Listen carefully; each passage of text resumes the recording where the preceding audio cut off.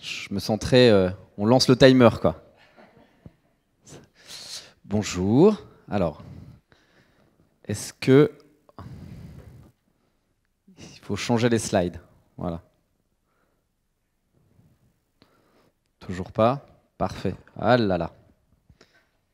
Alors, ne bougez pas. Voilà. Je vais vous parler d'intelligence artificielle pour les ressources humaines, en l'occurrence pour les organisations, pour tout le monde. Mais avant ça, je vais commencer là-dessus.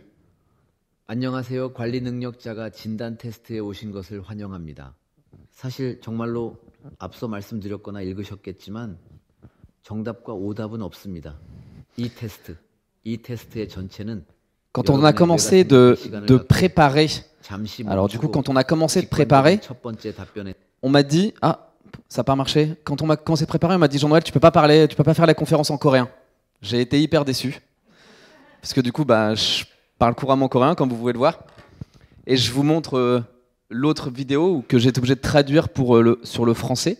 Ah, si à un moment ou un autre, ça ne me laissera pas. Bon, peu importe. On va passer un peu vite.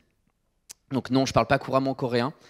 L'idée derrière, c'est de voir directement ici un outil de traduction instantanée. Et je vous le remets, enfin, vous le remettrez, je vous l'enverrai si vous voulez pour après. Même les lèvres sont mises en mouvement. Le mouvement des yeux avec l'intonation coréenne est également prise en compte. Je suis Jean-Noël Chintreuil, je travaille aujourd'hui sur 2 sujets, presque 3. Je suis stratégiste IA sur Change Factory, qui est une entreprise qui s'occupe d'accompagner les organisations et les institutions. Je suis maître de conférence associé à la Sorbonne autour des sujets IA pour les RH. Et je travaille chez LVMH en temps partiel pour mettre en place tous les programmes d'IA pour les ressources humaines. Et en fait, j'ai accepté de travailler chez LVMH, juste un micro-point sur le sujet, parce que ça fait 10 ans que je parle de futur du travail. Et à un moment, quelqu'un m'a dit, mais Jean-Noël, c'est pas le futur du travail. Comment on transforme le futur du travail dont tu parles depuis 10 ans en un présent du travail? Parce qu'aujourd'hui, tous les sujets autour des IA, c'est pas le futur, c'est un vrai présent. Aujourd'hui, ce que vous avez vu sur ne serait-ce que la traduction, c'est utilisé par bon nombre de sociétés.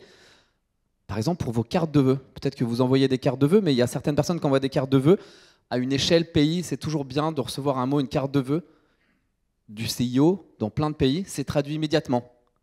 Gain de temps infini, parce qu'avant, il fallait faire passer des entreprises de traduction. On disait, OK, on fait que 5 langues, 6 langues.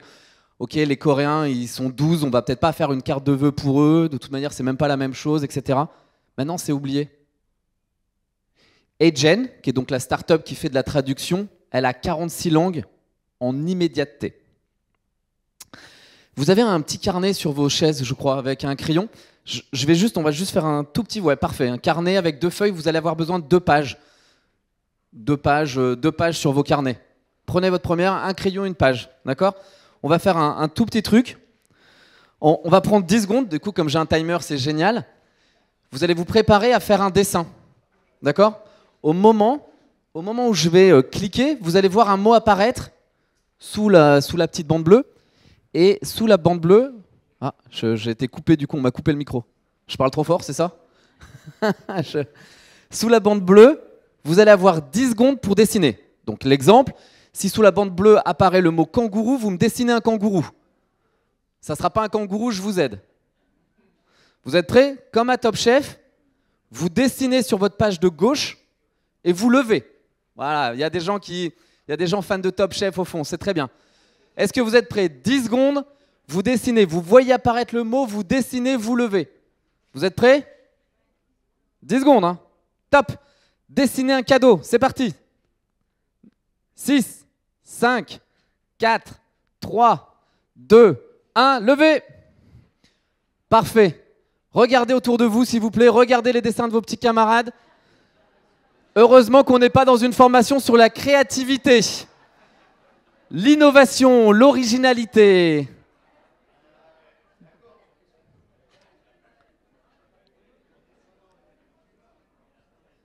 Je vous rassure, quel que soit le pays, quel que soit le genre, quel que soit où vous êtes, même on parlait de Corée ou de Japon, où les gens n'utilisent pas du tout ce genre de paquet parce que il y en a plein d'entre vous qui n'ont pas reçu un paquet comme ça pour Noël, bien emballé avec un ruban. Non, non, personne ne fait ça. Ce qu'on vient juste de voir, c'est que le dessin est un langage. Ce que vous avez voulu, c'est de dire « je veux que tout le monde me comprenne ».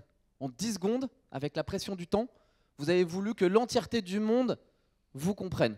Donc vous avez dessiné. Et aujourd'hui, bon, je ne suis pas passé à travers tous les dessins, j'ai une vue d'ensemble. Il n'y a pas besoin de talent artistique, mais vous savez que vous allez être compris par tous. On va faire un deuxième jeu. Vous allez prendre la page de droite maintenant. C'est peut-être là où le moment où le kangourou arrive. Hein. Vous êtes prêts, hein? Attention, vous êtes prêts? Toujours 10 secondes. C'est parti. Dessinez votre cadeau parfait en 10 secondes. 6, 5, 4, 3, 2, 1. C'est parti.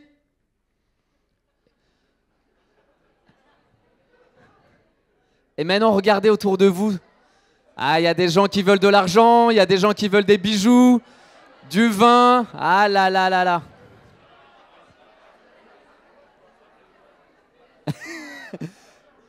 Et il y a des gens qui collectionnent les paquets avec des rubans autour et vous avez le droit. Si c'est votre cadeau parfait, c'est OK. Peu importe ce qu'il y a dedans.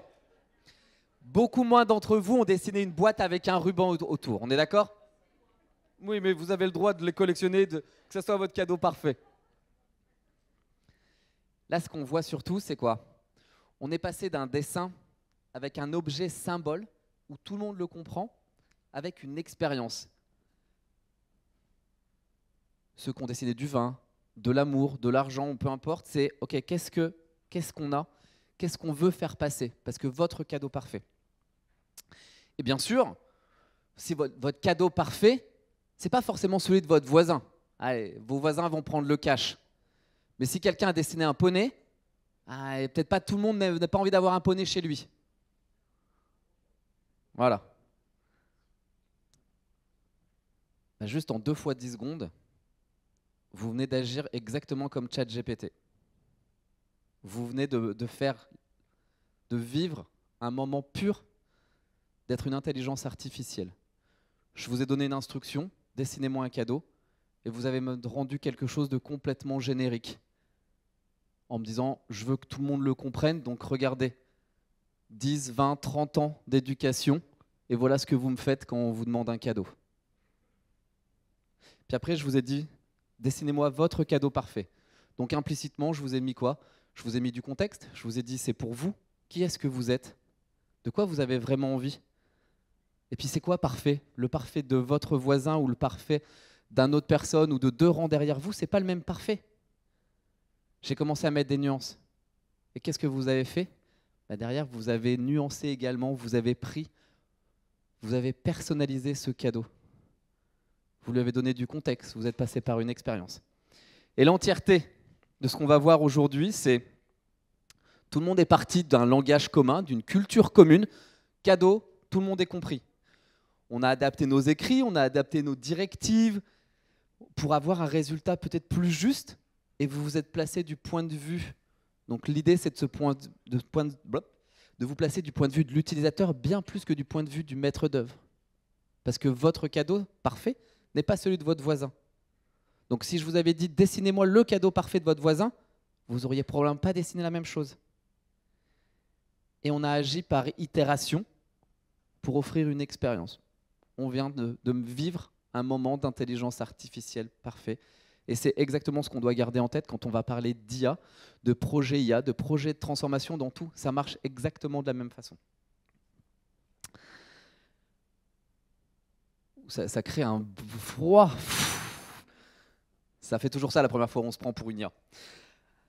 Allez, vous vous rappelez, il y a quelque temps, les magazines, c'était un peu ça. Des gens, des personnes. Dernièrement, si vous faites le tour des magazines, vous arrivez à quelque chose comme ça. Tout le monde parle de l'IA. C'est devenu un sujet abordé par tout le monde.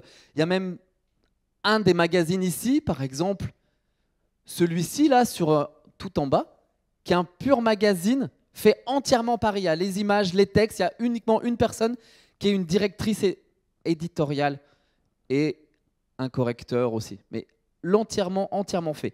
L'IA est sur toutes les lèvres. Et la grande question, c'est, bah ouais, l'IA, c'est une révolution silencieuse, même si on en parle beaucoup. Parce que ce qui compte, c'est pas tant le fait d'en parler, de parler de ChatGPT qui truste 80% des discussions des magazines ou des médias. C'est à quel moment l'IA, et j'insiste sur les intelligences artificielles, je pourrais parler au pluriel, je ne parle pas que des génératives, à quel moment ça bouscule nos propres conceptions, nos propres valeurs, nos propres repères. Qu'est-ce que ça veut dire sur nos images, notre propriété? Quand on met une image dans une IA et qu'elle nous ressort une autre image et qu'on sait qu'on n'est plus propriétaire entièrement de l'usage de cette image, qu'est-ce que ça fait de nous? Juste l'IA, pour revenir vraiment, c'est on demande à une machine de faire ce que l'homme fait moyennant une certaine intelligence. Je vais aller sur une autre définition qui m'intéresse vraiment, c'est l'ensemble des algorithmes qui peuvent recevoir un message, texte, audio, image, bruit aléatoire, ou rien du tout, et produire quelque chose qui semble réaliste et raisonnable pour les humains. Et tout est là en fait. J'insiste sur le rien du tout, ça veut dire que le silence après du Mozart, c'est aussi du Mozart. Ben, les IA fonctionnent aussi sur ce que vous ne dites pas. Et c'est là où deviennent tous les biais. Du coup, d'autres personnes en parleront après moi. Mais qui semblent réalistes et raisonnables. Vous avez tous entendu des histoires où les gens font confiance à ChatGPT, ils sortent ou je prends ChatGPT, mais ça peut être Claude, Gemini, enfin, je ne rentre pas dans les détails des intelligences artificielles, tout ce qui existe, c'est de dire, c'est tellement réaliste qu'on a envie de le croire. Puis en plus, vous savez quoi? Ça nous arrange bien parce que sa réponse, c'est exactement ce qu'on avait envie de lire. Comme cet avocat qui cherchait des cas de jurisprudence et magie, bah, l'IA les trouve. Bon, les deux contraintes qu'on m'a données pour ce matin, c'est Jean-Noël, tu ne peux pas faire ta conférence en coréen. Bon, j'ai dit d'accord. Et deux, c'est quand même le matin, tu es le premier à passer. Faisons un peu jouer les gens. On va faire un quiz ensemble, vous êtes prêts? C'est un quiz où vous allez apprendre des choses aussi quand même. Allez, est-ce qu'il existe des IA pour tout? Hormis pour faire le café, mais voilà. Oui, assez simple. Mais ce qui est encore plus, c'est la diversité des IA pour tout type d'usage. Vous avez les choses simples, texte, image, audio, et encore, je vous en ai pris que quelques-uns. Et ce qui est assez intéressant, c'est que tous commencent et continuent à se spécialiser. Vous prenez par exemple, allez, regardons juste la Photoroom. Dans les images, le deuxième ligne, celui tout à gauche, Photoroom, c'est une IA, c'est une start-up française, donc presque une licorne. Ils font une seule chose, et ils ont commencé avec une seule chose. Ils prenaient un objet, ils le positionnaient, et ils faisaient ce qu'on appelait du détourage intelligent. Parce que derrière, cette bouteille, cette carafe, une fois que vous l'avez détourée, vous pouvez la mettre devant un fond avec des flammes, une cheminée, la carafe à la neige, la carafe à rhum, etc. Et Photoroom, ils font que ça, et ils vendent des millions. Pour tous les e-commerçants, pour tout le monde, qui veulent vendre des produits, les changer, personnaliser. Qu'est-ce que je veux recevoir? C'est quand même mieux si je reçois ma carafe dans un endroit qui ressemble à chez moi, parce que je peux voir si cette carafe, elle sera belle sur ma table ou dans ma cuisine, etc. Photoroom ne fait que ça. Et tous ceux, vous pouvez prendre chacun pour du texte, donc c'est vraiment texte, audio, image. Vous avez ensuite les vidéos. Et avant de vous parler des vidéos, je vais juste revenir sur l'audio. Parce que l'audio, l'un des gros points de l'audio, c'est comment on arrive à reproduire la voix humaine avec toute la granularité, la tessiture ou l'unicité d'une voix. Avant, il fallait à peu près entre 6 à 8 minutes. Ce qui est court quand même, mais 6 à 8 minutes. D'accord? Avec un appareil, avec un micro, il fallait éviter les bruits. Aujourd'hui, avec un téléphone, une application qui s'appelle Eleven Reader ou Eleven Lab, d'accord? Il faut en moins d'1 minute 30, il capture votre voix pour la récupérer entièrement. Quel que soit le bruit, il nettoie, etc. Il fait des approximations. Et vous savez quoi? Les approximations sont proches à 5%. On va dire un peu moins de 5%. Mais avec votre oreille humaine, 5%, c'est comme si c'était la même voix. Donc les vidéos. Vidéo, c'est le prochain. À quel moment? Et c'est pour ça que beaucoup de gens dans le cinéma ou les dessins animés commencent à avoir peur. Plus on arrive avec les IA qui créent des vidéos, ça va commencer avec des clips. C'est OK les clips de 30 réseaux sociaux pour TikTok, etc. Quand on commence à faire des dessins animés, des films, est-ce qu'on a besoin d'acteurs? Est-ce qu'on a besoin d'actrices? Faire à les récupérer. Derrière, vous avez aussi toute la partie sur les codes et le chatbot. Alors en RH, les chatbots sont vraiment beaucoup utilisés parce que si, pour ceux qui sont RH, une des questions de « j'arrive pas à comprendre mon bulletin de salaire », quand vous l'avez entendu une fois cette question ou « explique-moi mon bulletin de salaire, explique-moi ma mutuelle », aujourd'hui un chatbot fait exactement ça et très bien, et bien mieux que n'importe quel humain et avec beaucoup plus de patience. Le code. Aujourd'hui, ce qui est assez génial, c'est les codes, c'est que même les gens qui sont très doués en développement informatique utilisent les intelligences artificielles pour la documentation, pour aller plus loin, pour l'optimisation. Donc en fait, les IA, pour le code, pour le développement informatique, sont utilisés par deux typologies de personnes. Les gens qui ne connaissent rien et les gens qui sont très forts. Et les deux l'utilisent vraiment très bien. Bon, après, vous avez des choses un peu plus techniques que je vais mettre dans Machine Learning Platform, c'est comment vous aider votre entreprise à monter en compétences et à gérer la connaissance, et ensuite toute la partie data. Aujourd'hui, la partie data, quelle que soit la partie data, comment vous êtes sûr de la fiabilité de la donnée, comment vous êtes sûr de sa complétude, bon, bah, y a des IA qui viennent aider pour remplir tout ça. Allez, on continue. Que signifie GPT dans ChatGPT? Vous vous êtes déjà posé la question? Gainful Productivity Technique, Graphical Predictive Text, Generative Purpose Tool, Generative Pre-trained Transformer, Green Power Technology. On parlait qu'il y avait l'IA et le RSE, et là, les Green Power Technology, ça a fait les deux d'un coup. Ok, facile. Bon, bah, du coup, j'ai demandé à ChatGPT ce que voulait dire ChatGPT dans ChatGPT. Et il m'explique. Pourquoi c'est intéressant?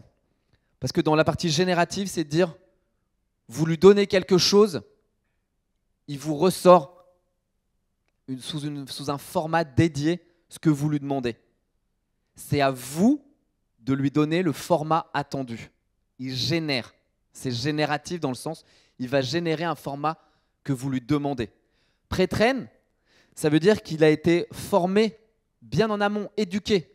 Un peu comme vous, quand vous me dessinez un cadeau pour le faire comprendre par tous. Ce qui est assez rigolo, c'est qui a entraîné les 80% du marché des IA aujourd'hui quand vous utilisez ChatGPT. On va prendre ChatGPT. Qui a entraîné ChatGPT? Alors oui, vous avant, mais il y a d'autres gens encore avant vous. Soyez explicite. Qui a entraîné ChatGPT? Oui, je l'ai entendu. Des Américains. Quelqu'un qui a dit des Américains? Des Américains, merci. Qu'est-ce que ça veut dire? Ça veut dire qu'aujourd'hui, ChatGPT, toute sa base, toutes ses couches fondamentales sont américaines. Et vous savez quoi? Qu'est-ce que ça veut dire? Ça veut dire que la culture qu'il a inculquée est américaine. Bah, si vous lui donnez un type, si vous lui donnez un pourboire, il sera bien meilleur dans sa réponse. Et donc aujourd'hui, quand vous faites une requête ChatGPT, vous lui dites, si vous savez quoi, si je suis content de ta réponse, je te donne $200. Et bien, il est bien meilleur que si vous lui dites réponds à ma question. Il a été entraîné par des Américains. Et il faut le garder en tête. Et Transformer, c'est le réseau de neurones, je ne rentre pas dedans. Voilà. C'est quoi un prompt, du coup? Toujours ma troisième question? Bien sûr, c'est l'instruction, c'est ce que je vous ai dit. Donc, dans un prompt, c'est comment on fait. Alors là, vous avez des prompts simples. Aujourd'hui, ce qu'il faut, c'est avoir des prompts chaînés parce qu'il y a une forme de mémorisation. On met le contexte, on met ce qu'on attend, on met un exemple, etc. Moi, personnellement, sur mes prompts, si je vous montre, j'écris des demi-pages, voire des pages complètes Word avant de coller mes prompts pour être sûr du résultat. Parce qu'imaginez aussi, un petit port de pêche authentique. Meilleure campagne Becherel. Parce que oui, les mots sont importants. Et que là, justement, apprendre à prompter, c'est apprendre, à poser les bonnes questions, à utiliser les bons mots. Je vous donne 2-3 exemples. Je vous donne 2 exemples d'erreurs. 1. Mère Teresa luttant contre la pauvreté. Clairement, on ne peut pas trop l'utiliser celle-là, mais bon, ça passe. Et je ne rentre pas dans les biais, hein, d'autres gens le feront bien mieux que moi. Et ensuite, ce qui est assez génial sur les IA, c'est que là, il reconnaît qu'une seule personne. Juste parce que la personne à droite emporte des couleurs qui sont non détectées pour une IA là, parce que du coup les IA c'est pas que du texte ou des images, c'est la reconnaissance. Donc on va mettre des voitures avec un pilote IA, puis qu'est-ce qui se passe? Pour lui là, il va s'arrêter devant la personne de gauche, mais devant la personne de droite, qu'est-ce qui va se passer? Quick. Donc là, il ne la reconnaît pas juste parce qu'il n'a pas les bonnes couleurs ou la bonne forme ou peu importe. C'est problématique. Je vous laisse ça deviner pourquoi. L'art du prompt, quand on en parle, c'est une bonne réponse ne peut venir que d'une bonne question ou d'une bonne série de questions. Si vous dites, s'il te plaît, ChatGPT, tu peux me faire un syllabus ou un plan pour une formation sur la diversité, ça fait 7 mots, ok, vous allez avoir quelque chose. Par contre, si je lui dis, en tant que formateur en management interculturel, rédige un syllabus, un plan de formation de 3h30, destination des managers débutants ou futurs managers, je lui précise sur le thème de le management de la diversité, sur les enjeux de la diversité en entreprise, les obligations légales, etc. À votre avis, quelle va être ma réponse la plus précise? Vous le savez, voilà. Allez, autre question. D'ici un an, nous serons incapables de faire la différence entre influenceurs humains et virtuels. Vous auriez pu me dire faux, Jean-Noël. Pourquoi? Parce que un an, est-ce que déjà, qui est humain, qui est une IA? 1, 2, 3, 4. 4 personnes. Qui est humain, qui est une IA? IA à gauche. Ok?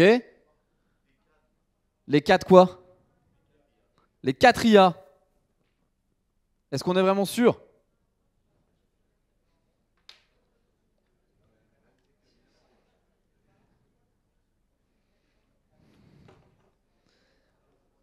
Les 4 sont des IA, exactement. Indonésie, États-Unis. La deuxième, celle des États-Unis, est l'une des plus vieilles IA. La dernière, celle de l'Espagne, est l'une des dernières. Aujourd'hui, on arrive à des moments, et vous avez entendu parler des deepfakes ou des gens qui se plaignent sur les images ou autres. On en vient à un point aujourd'hui où c'est très compliqué de savoir où est le vrai, où est le faux. Je continue. Et là, c'est beaucoup plus intéressant. Je vais rentrer un tout petit peu dans le monde du travail. Quel pourcentage de Français utilisent les IA génératives? Donc là, je suis très précis. Dans l'entreprise et ne le disent pas à leur supérieur hiérarchique. Les 2 tiers. Les 2 tiers, 67% ne le disent pas. Qu'est-ce que ça implique? Et pourquoi surtout, on pourrait se demander? Le pourquoi, c'est j'ai peur d'être remplacé. Si tout le temps que je gagne avec mes IA, ça se trouve, on va me donner plus de travail. Et puis peut-être que je suis un peu limite aussi sur mon usage des IA avec la donnée.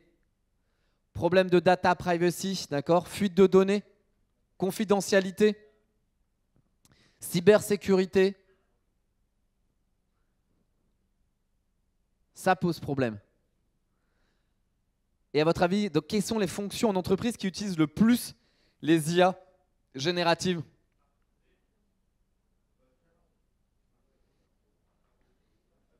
Ouais, facile. Tout le monde l'utilise un peu, mais marketing et vente. Tout le monde, 14%, 13%, vous voyez un peu plus. Bon, les RH que 3%. C'est vraiment les cordonniers les moins bien chaussés, d'accord? Vous connaissez ça? Parce que sur les 10 derniers mois, allez, presque un an, on va dire, sur la dernière année, une des formations ou les formations les plus données sont pour apprendre à prompter, les IA pour le marketing, soyez trouvés. Mais IA pour les RH, il n'y en a vraiment pas des masses. Comment on fait pour bien comprendre, pour être prescripteur? Parlons un tout petit peu, parce qu'on parlait sur le côté écologique. Est-ce que vous avez une idée de l'impact énergétique d'une requête IA avec sa réponse d'une centaine de mots? 33 centilitres, allez, une petite canette, 1 litre d'eau, 14 ampoules LED allumées pendant 1 heure, 56 litres et les lumières du Stade de France pendant 17 minutes. Quoi? Une requête IA, ça coûte de l'énergie?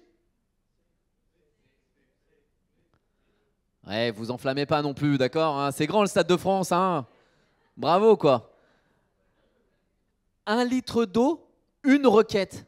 C'est énorme déjà. Si on était, juste pour le petit test, si on était à 56 litres d'eau, l'entièreté de la planète ressemblerait déjà au Sahara. Vu le nombre de requêtes, en fait, il n'y aurait plus d'eau si chaque requête demandait 56 litres. Déjà là, 1 litre, peut-être un peu moins d'1 litre, et les ampoules LED, vous allez en dire, ah, c'est ok quand même. Mais ça l'est pas. C'est très coûteux en énergie, c'est très coûteux en eau.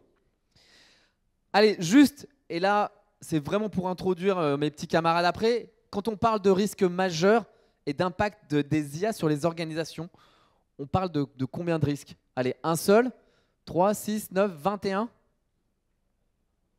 9. Oui, allez, restons à 6. Je vous les mets juste là. On vient de parler des enjeux écologiques. Quand je parle des enjeux, d'accord, sur les usages, il y a des enjeux juridiques autour du RGPD, de la propriété intellectuelle. Il y a des enjeux sociétaux. En tant que RH, je m'intéresse à ces enjeux sociétaux et on va vous en reparler plus tard sur la partie éthique, sur la partie les biais humains. Comment on fait pour ne pas biaiser des solutions? Chaque fois que je vois oh, on va utiliser l'IA pour trier les CV, pour recruter de manière plus rapide, j'ai un frisson dans le dos. Je ne dis pas qu'il ne faut pas du tout, parce que je suis le premier à monter des initiatives sur le sujet. Mais j'ai un vrai frisson. Et j'aimerais, et dès que j'arrive pour monter un projet, j'essaye de faire partager ce frisson en disant attention. Attention de ne pas créer du clonage, simplement. Attention de prendre en compte la diversité. Attention de prendre en compte toutes les règles qui sont difficilement modélisables, simplement. Et ensuite, gestion prévisionnelle des emplois, des compétences, je vais le prendre sur 2 points. Un, c'est très intéressant d'avoir l'IA qui vient aider sur quelle va être ma carrière demain en fonction de qui je suis aujourd'hui. Et ça, il y a des solutions complètes aujourd'hui sur le marché. Et c'est vraiment l'un des axes. Comment je monte en compétences? Comment j'aide, l'IA m'aide, c'est pas prends la décision pour moi, m'aide à réfléchir avec mon manager et mon RH sur la carrière que je peux avoir. Et après, le piège, c'est toujours l'IA va vous remplacer. Et là, on crée une sorte de dissonance qui vient faire peur. C'est quoi les compétences pour pouvoir utiliser les IA? Je vais vous répondre. Juste si vous savez lire et écrire, vous pouvez utiliser les IA. Point. Parce qu'aujourd'hui, c'est ça. Bien savoir lire, bien savoir écrire, savoir poser les bonnes questions. On est loin du grand remplacement par les IA. Donc, d'où ma question, est-ce que les IA vont remplacer les humains? Bon, j'ai envie de vous dire faux. Mais l'augmentation depuis 2023, là, sur les demandeurs d'emploi pour les emplois liés aux 6000%. Ce n'est pas un épiphénomène. D'accord? Tout le monde veut faire. Aujourd'hui, on parle par exemple d'Orange qui dit « Oh là là, 217 salariés remplacés par une intelligence artificielle ».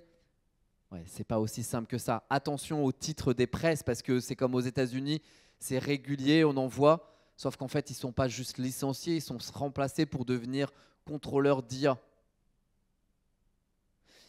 Je vous parle aussi sur des sujets un peu plus fins. Rikyodan, elle a reçu un prix, l'équivalent vraiment d'un prix littéraire au Japon, d'accord? Et au moment de son discours, donc l'équivalent du Goncourt. Et ensuite, elle arrive sur scène et elle dit, et elle fait son discours et puis elle dit, ouais, merci ChatGPT. 5% de son roman a été fait avec ChatGPT. Stupeur dans la salle, silence, remise en cause, etc. 5% a été écrit par ChatGPT. Et du coup, la question, c'est est-ce qu'elle mérite encore pleinement le titre d'autrice? C'est ce qui a été dit. Est-ce que c'est acceptable qu'un auteur ou une autrice utilise 5% de son ouvrage qui reçoit un prix ChatGPT? C'est le même débat dans les universités. Et Dieu sait que l'été dernier, j'ai beaucoup donné avec la Sorbonne, qui est vraiment, comme vous le savez, une université moderne, projetée sur le futur. Pardon, je ne devrais pas dire ça. Est-ce qu'on autorise les étudiants à utiliser les intelligences artificielles? Et donc, quand j'étais J'ai été dans le groupe de travail et quand je suis arrivé, j'ai rigolé parce que j'ai cru que c'était une blague. Est-ce qu'on laisse les utilisants utiliser l'intelligence artificielle? En fait, personne ne va vous demander l'autorisation, à aucun professeur. Genre, ils l'utilisent tous. Donc la question, c'était quid des examens? Ah ouais, ma réponse a été très simple.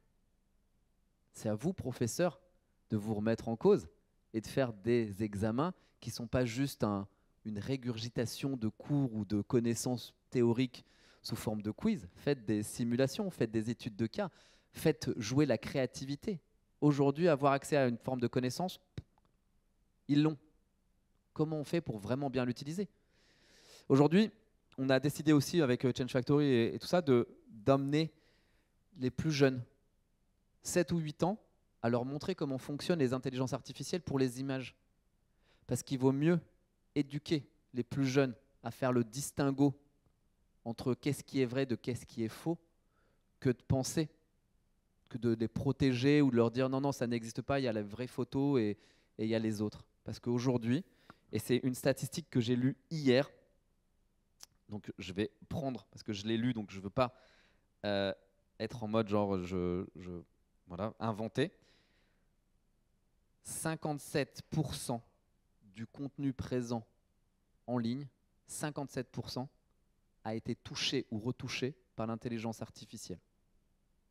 Donc aujourd'hui, hier, parce que je l'ai lu hier, hein, d'accord, on sait que plus de la moitié de tout ce que vous lisez sur Internet a été touché ou retouché par une intelligence artificielle. Et ça fait un petit peu peur. Je vous montre un tout petit sujet aussi, par exemple ça, parce que le temps file. Est-ce que ça fonctionne? Oui. C'est une startup qui s'appelle Créa en disant on peut ajuster. Je dis bah voilà, je voudrais une grand-mère qui est en train de se relaxer à Paris et en temps réel, il me fait des photos. Donc là, voilà, j'ai écrit en bas le prompt, une grand-mère qui se relaxe à Paris, voilà. Et du coup, on dit ok, c'est en temps réel, je bouge les photos. Je dis bah par exemple sur le côté, vous avez vu à gauche, tout est blanc. Donc là, du coup, on va dire ok, ben là, j'aimerais que ça passe plutôt en rouge ou en noir. Qu'est-ce qui va se passer? Ah, et les photos bougent directement. Ah, plus en rouge. Allez, plutôt bleu. Qu'est-ce qui se passe? Et on peut bouger. En temps réel, vous utilisez la gauche, la palette de gauche. Ça a un impact directement sur l'image de droite et vous pouvez faire ce que vous voulez. Vous dites, OK, allez, on va rajouter un rond. Ah, une lumière. OK, on va rajouter une table ou on va rajouter quelque chose, un autre élément. Et directement, en temps réel. D'accord? Là, c'est du temps réel. Ça bouge et ça vous fait. Il n'y a plus besoin de faire des shootings un peu plus à gauche, un peu plus à droite. Qu'est-ce qu'on rajoute? Hop, et on change directement. Je mets un pull rouge. J'ajoute une table. Tac.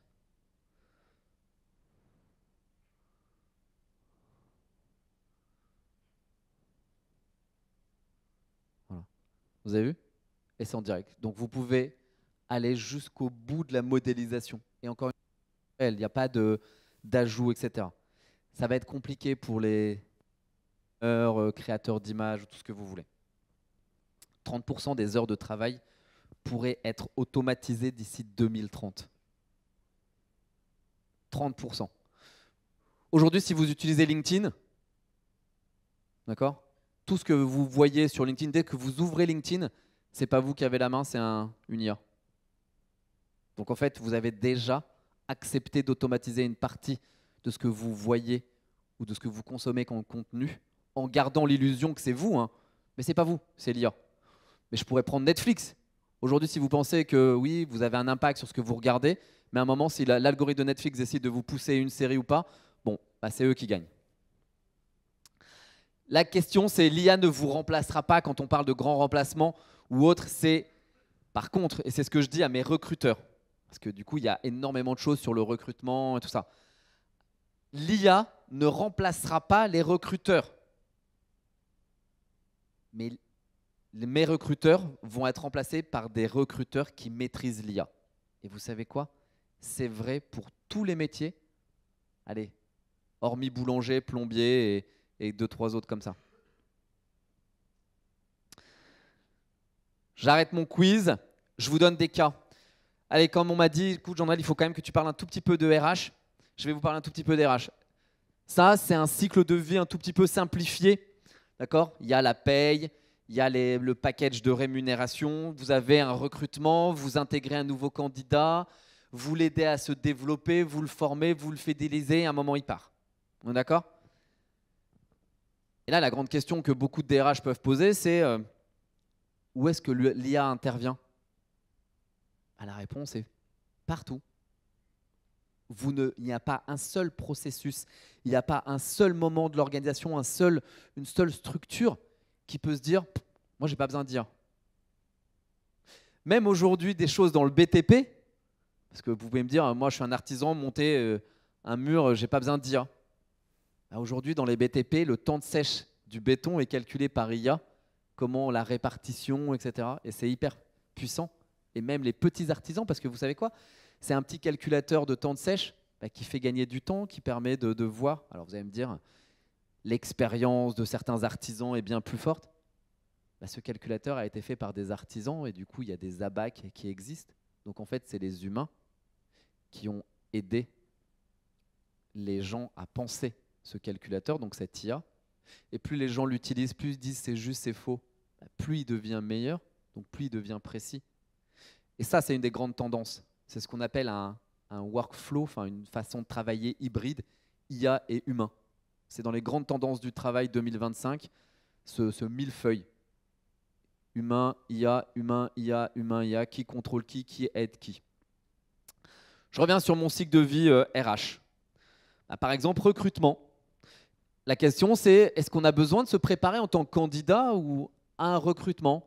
Est-ce qu'il faut connaître l'entreprise? Est-ce qu'il faut être familier avec le secteur d'activité?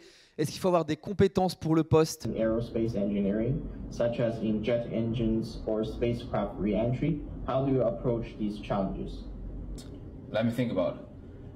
In aerospace engineering, selecting materials for high temperature application. So first, I'll approach the challenges in temperature resistance. So one of the main challenge is to find a material that can withstand extreme temperature in high temperature applications, right?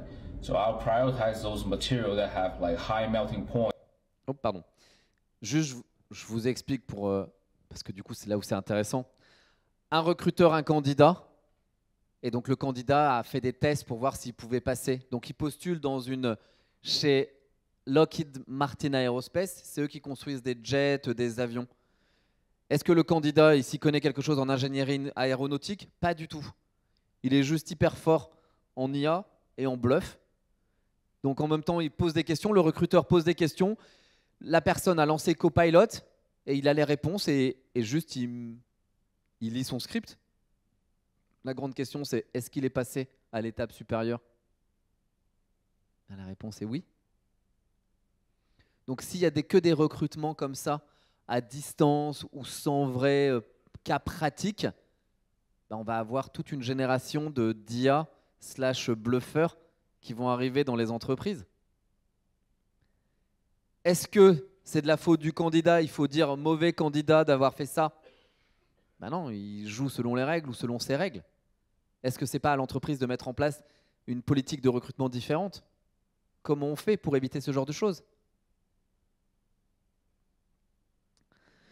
Bon, là, je vous enverrai ensuite. Je vais passer un peu rapidement ici. Qu'est-ce que c'est? C'est comment on fait une fiche de poste en quelques minutes. Générer automatiquement une fiche de poste. Voilà. Donc, comment on génère une fiche de poste directement? Donc là, vous entendez la voix de Benjamin. Et du coup, grosso modo, ChatGPT en disant « Ok, crée-moi une fiche de poste pour un directeur digital, société média, basé à Paris. Il y a à peu près 9 sections. La fiche de poste comprend 9 sections. Et c'est parti. » ChatGPT génère immédiatement la fiche de poste avec les 9 sections que j'ai demandé. Voilà. Donc en moins d'une minute, j'ai pu générer une fiche de poste qui est tout à fait convenable. Et par la suite, je peux évidemment la modifier. Donc là, Benjamin vient de faire une fiche de poste en moins d'une minute sur 9 sections. C'est avec ChatGPT en version gratuite en 1 minute. Je vous promets que derrière, ce que je dis, c'est OK. Une fois que vous avez passé 1 minute à utiliser ChatGPT, utilisez les 29 autres minutes pour mettre de l'humain, pour la personnaliser, pour faire ressortir pourquoi les candidats doivent venir chez vous. Qu'est-ce qui vous différencie des autres? Réfléchissez à votre cadeau. Vous avez un cadeau. Après, vous auriez pu prendre le cadeau que vous aviez fait sur les 10 premières secondes et l'agrémenter sur les 10 autres secondes.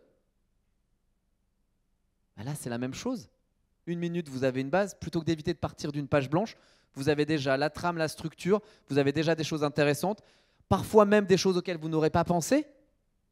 Et plus vous avez ce qu'on appelle ensuite, vous pouvez mettre en place des agents ChatGPT ou des agents Gemini ou des agents qui viennent vous aider et qui gardent en mémoire certaines choses. Et je peux vous promettre que du coup, vous devenez bien plus fort.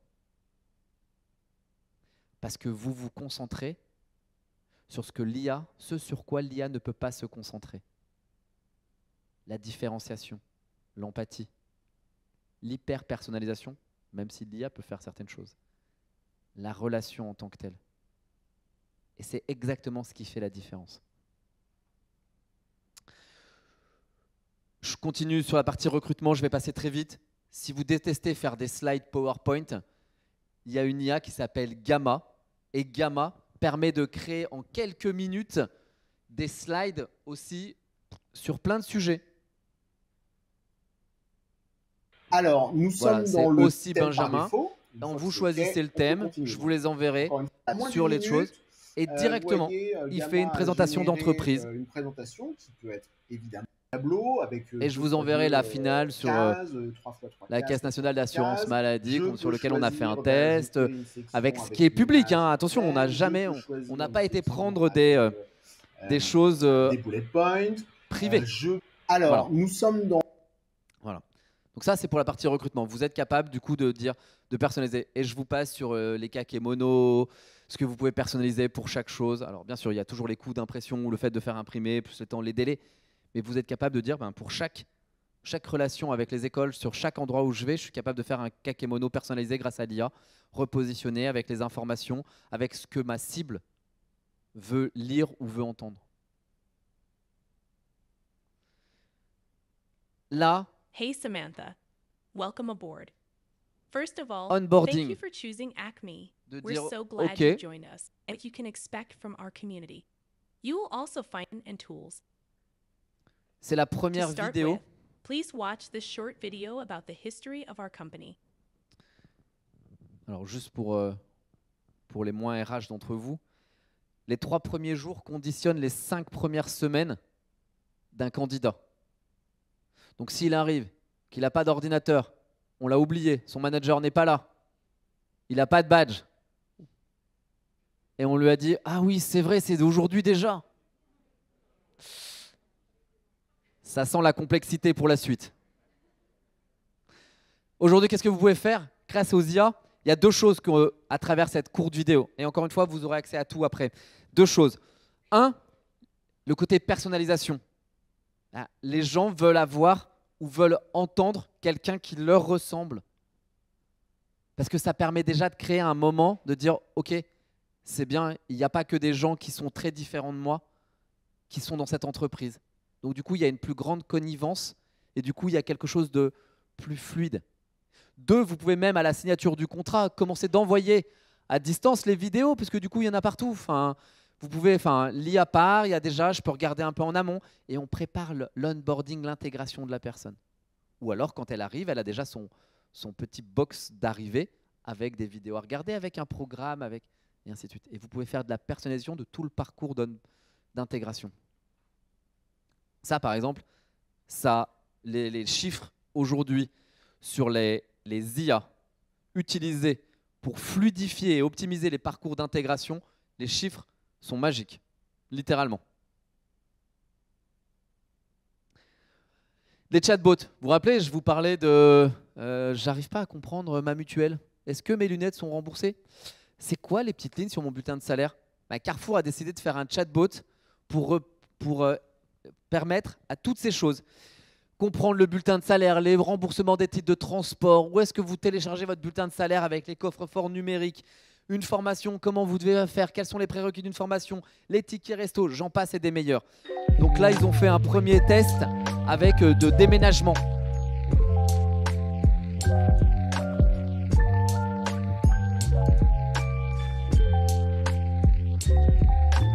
Comment je peux avoir une formation en espagnol? Quelles sont les démarches pour déménager? Ok. Quels sont les avantages? Voilà. Pardon. Oh là. Pardon. Je vais trop loin. Je vais trop vite. Ce qui est intéressant sur Askia, c'est que c'est une intelligence artificielle, c'est un chatbot sur de la donnée fermée. Et c'est là la grande différence. C'est pas un chat GPT qui va inventer des choses. Vous savez, peut-être que vous avez lu, il y a une compagnie d'aviation qui a dû payer parce que leur chatbot, il est parti dans des délires en disant « Oh bah tiens, je te fais un prêt aujourd'hui, on est dimanche. Tiens, je fais moins 50% parce que vraiment, je suis vraiment trop triste pour toi, etc. Et on est dimanche soir, il fait pas beau. Tiens, boum, 50% en moins pour ton prochain voyage. » Bah, la compagnie d'aviation a été obligée de payer les billets, d'accepter les promotions. Là, on est sur ce qu'on appelle une ontologie ou un périmètre de données fermé. Quand je crée un chatbot sur ma mutuelle, je prends toutes les choses, je prends ma convention collective, les mutuelles qui existent pour moi, et je la ferme. Je ne lui demande pas d'aller chercher des informations à gauche, à droite. Tu prends uniquement ce que je te donne. Et donc, du coup, on a des réponses 100% précises. L'analyse des risques ergonomiques. Là, vous avez, ça c'est déjà un usage des IA qui est beaucoup plus complexe. Vous mettez des petites caméras partout et vous regardez comment les gens se positionnent à longueur de journée. Le but, c'est pas de lui mettre une chasse en lui disant ensuite « mais tu te tiens n'importe comment ». Le but, c'est de dire « est-ce que mon matériel et mon environnement de travail est bien positionné ?» Regardez, ils l'ont fait, Amazon le fait beaucoup. Si vous avez un travailleur de 1m65 et un autre d'1m82 qui alternent sur un même poste de travail, clairement sur le poids sur les lombaires, ben, ce n'est pas le même. Et du coup, voilà ce qui se passe. Ben, ils ont fait ça. C'est hyper intéressant. Ils ont mis des vidéos partout, ils font des études et ensuite ils adaptent l'environnement de travail pour limiter les TMS. Ah. Je vais passer parce qu'il ne me reste plus beaucoup de temps. Là, il y a un point de dire, est-ce qu'on a besoin d'un web designer pour faire des choses? Allez, je vous le montre parce que c'est vraiment rapide et que j'adore ça. Il y a un truc que j'adore. Je trouve qu'il y a toujours des promesses extravagantes aux IA. 5 minutes pour devenir un génie du coréen. En moins d'une minute, je vous bâtis un site web. Ok, allez, faisons le test. Là, temps réel. On va dire, ok, je veux créer quelque chose sur le recrutement, ok, basé à Lyon, et je vais appeler ça People. Ça marche? Ok. People Group. C'est parti. J'ai rien fait d'autre. Hein. L'endroit, le recrutement. Et du coup, il réfléchit. Toujours en temps réel. Il n'y a rien à accélérer. J'aurais pu le faire pour vous, mais je n'étais pas sûr du Wi-Fi. Non, Pardon.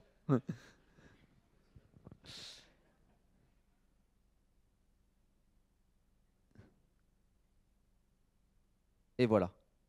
Il vient People Group. Il vient de se baser sur l'entièreté de ce qu'il a. Il est allé chercher.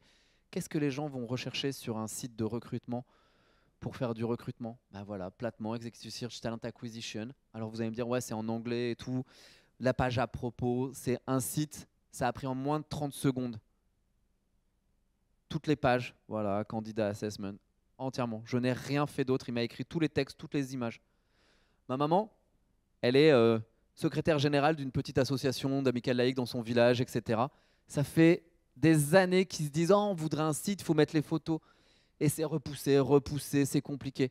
Ok, bah, je lui ai dit ça. Tiens, viens, on fait ton site. Maintenant, là. Ça a pris 1 minute. Après, il a fallu prendre les photos. Ok, on lui a demandé en français. Le français n'était pas terrible. Mais du coup, on a corrigé un peu. Et elle paye moins de 10 € par mois parce que là, c'est la version gratuite. Hein, là, c'est vraiment rien fait. Mais après, vous payez pour pouvoir le mettre en ligne et la voir, etc. Et pouvoir personnaliser vos photos. Mais du coup, ben, en moins d'1 heure, elle a eu son site ce qui a mis 5 ans avant de le sortir. Et ils sont hyper contents. C'est pas très... C'est compliqué. Voilà. Allez, je continue dans le côté développement. Vous avez des automatisations de prise de notes, de confidentialité. Encore, pourquoi je vous ai mis Nuta? Parce que, ils sont en train de se spécialiser aussi sur le côté RH avec les candidats, de recruter quand vous voulez faire, mais surtout sur la notion de confidentialité. D'accord? On est d'accord que l'enjeu des prochaines années, des prochains mois, c'est comment je fais en sorte pour que mes données soient un minimum protégées. Si je fais passer un entretien avec un candidat, je n'ai pas envie que mes notes sur le candidat partent n'importe où. Mais je veux pouvoir quand même les partager avec mes collègues. Voilà. Je vous indique un tout petit point. Vous avez peut-être entendu parler de ce qu'on appelle le no-code ou le low-code. C'est les gens qui ne sont pas du tout développeurs. Et il y a des plateformes, donc je vous les ai montrées un peu, où vous ne savez pas du tout comment développer. Mais du coup, la plateforme vient vous aider. C'est un peu modulaire. Vous pouvez faire un jeu, tout ce que vous voulez. Mais en fait, vous savez quoi? Il est en train d'exister un courant qui est de dire comment on peut aider les gens à mieux utiliser les IA. Comment on peut utiliser? Et vous voyez, par exemple, pour les images, du coup, avec des angles, on peut choisir, voilà comment on introduit de la pédagogie pour les humains, pour mieux utiliser les IA. Parce que la clé est là. Comment être plus pertinent, comment être plus personnalisé, comment mieux apprendre sans passer des heures et des heures sur les IA. Il me reste moins de 10 minutes, je vais faire une conclusion et je prends vos questions si vous en avez. Donc la grande question, c'est est-ce que l'IA générative peut-elle solutionner nos enjeux métiers à 100%? C'est ça, hein, parce que du coup, vous allez faire des choses, etc. La réponse est non. Il n'y a pas de baguette magique. Solutionner des points de friction avec l'IA à 100%, c'est non. Par contre, une fois que vous connaissez vos points de friction, vous pouvez positionner des choses avec les plateformes IA. Qu'est-ce qui vient aider à plus de 80%? Qu'est-ce qui aide à 30% seulement? C'est toute la notion autour du millefeuille, enfin d'hybridation et du millefeuille. IA, humain, comment je protège l'ancien. Et donc, qu'est-ce qu'on retient? Ok, j'ai perdu le... ok. Il y a un nombre d'usages de solutions technologiques. Tous les jours, vous pouvez entendre parler d'une start-up autour des IA, d'un nouveau produit, d'un nouveau...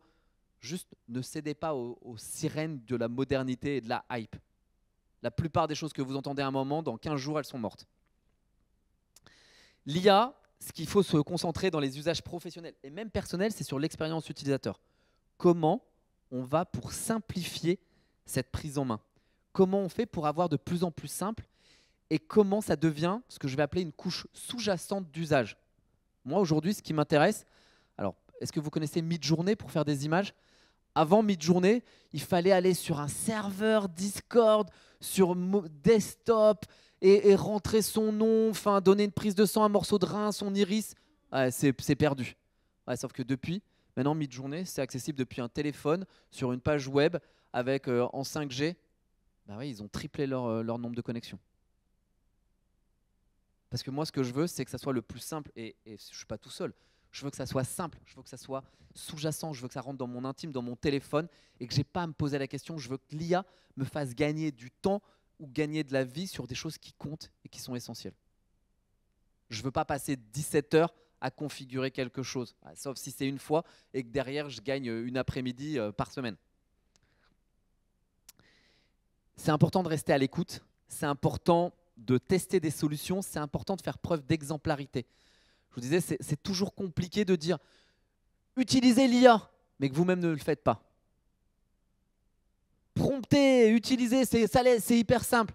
Ok, qu'est-ce que vous faites? Comment vous l'utilisez vous? Parce que si vous arrivez à avoir un usage ou au moins à comprendre comment ça fonctionne, ce sera beaucoup plus facile pour en parler après.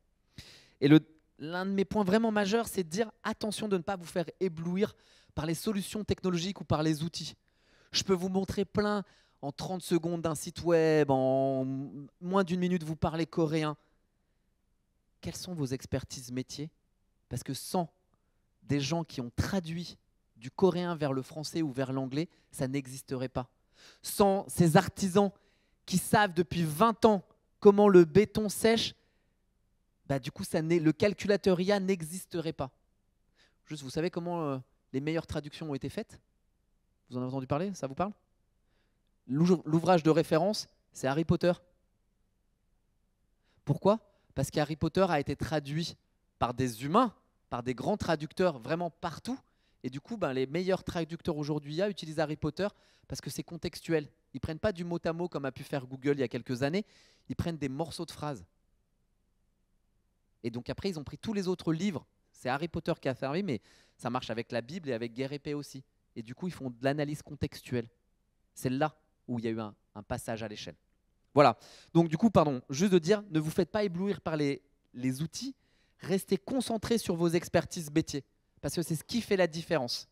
Aujourd'hui, les plateformes low-code, no-code, c'est vraiment ça.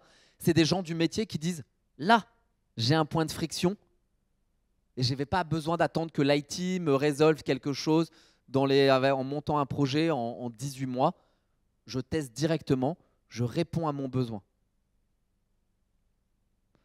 Et aujourd'hui, c'est vraiment de votre responsabilité d'apprendre à travailler avec les IA, d'accord ? Plutôt que de chercher à leur confier notre travail sans se soucier des conséquences. Et ça, c'est vraiment important. Le but n'est pas de laisser les IA faire, c'est comment on accentue la relation. Le but, ce n'est pas juste de savoir ce que l'IA attend de moi dans mon entreprise, sur mon parcours de carrière, c'est d'ouvrir la porte à des choses auxquelles je n'aurais peut-être pas pensé et d'ouvrir la porte à un dialogue avec mon manager et mes RH. Merci beaucoup.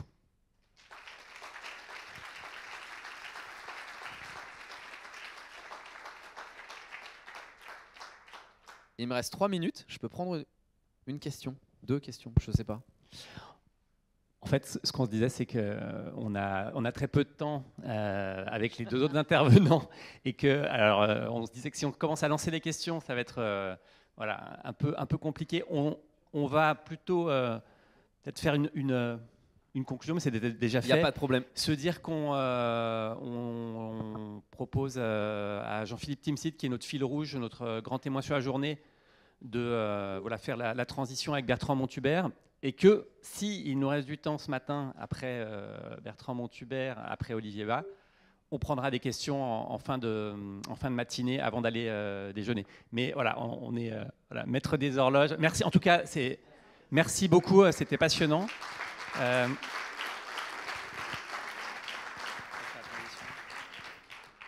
Bonjour à tous.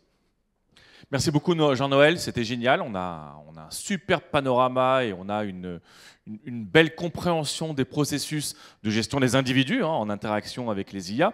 Mais vous l'avez compris, derrière tout ce qu'on vient de voir là, il y a quand même un angle caché dont on parle assez peu et qui est en fait hyper critique. Il n'y a plus de son, peut-être va-t-il revenir. L'angle hyper critique, c'est quand même l'angle de la donnée. Parce que les IA, comme vous l'avez vu, là on vient d'en parler à l'instant, les IA elles sont entraînées.